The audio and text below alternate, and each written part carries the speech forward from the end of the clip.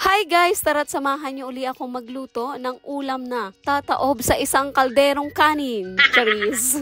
Akin na nga lulutuin itong nabili kong sitaw sa store at tuwang-tuwa nga ako na makita ko na may sitaw.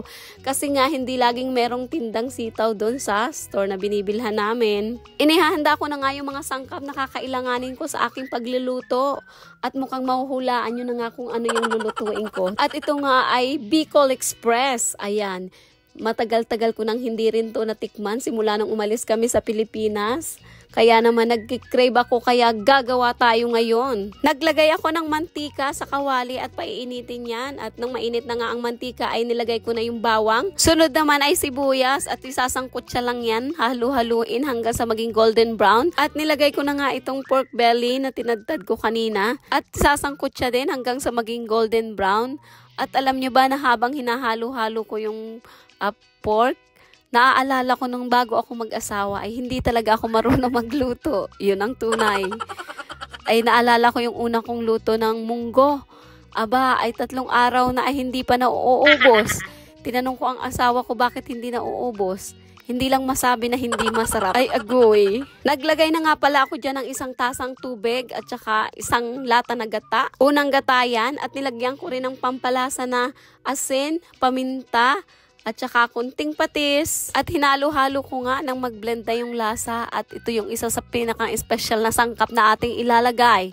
Na hindi talaga mawawala sa Bicol Express ay ang alamang na hipon. At isa nga yan sa magpapasarap sa ating Bicol Express. At pakukuluan ko nga yung karne ng mga 30 minutes o hanggang sa malambot na. At nang lumambot na nga ang ating karne ay isusunod ko namang ilagay itong ating sitaw. At ang iba nga kapag gumagawa ng Bicol Express, yung iba ay purong karne lang, walang lahok na sitaw.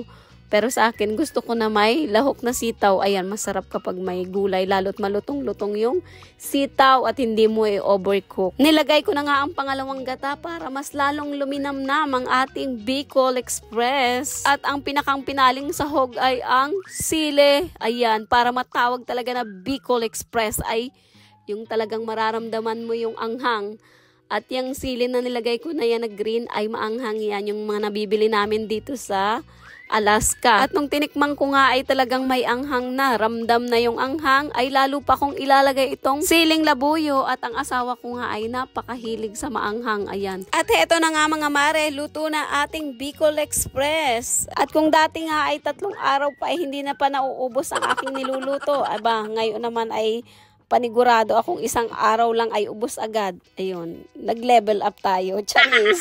Kain na tayo mga mare. Thank you so much. Follow for more.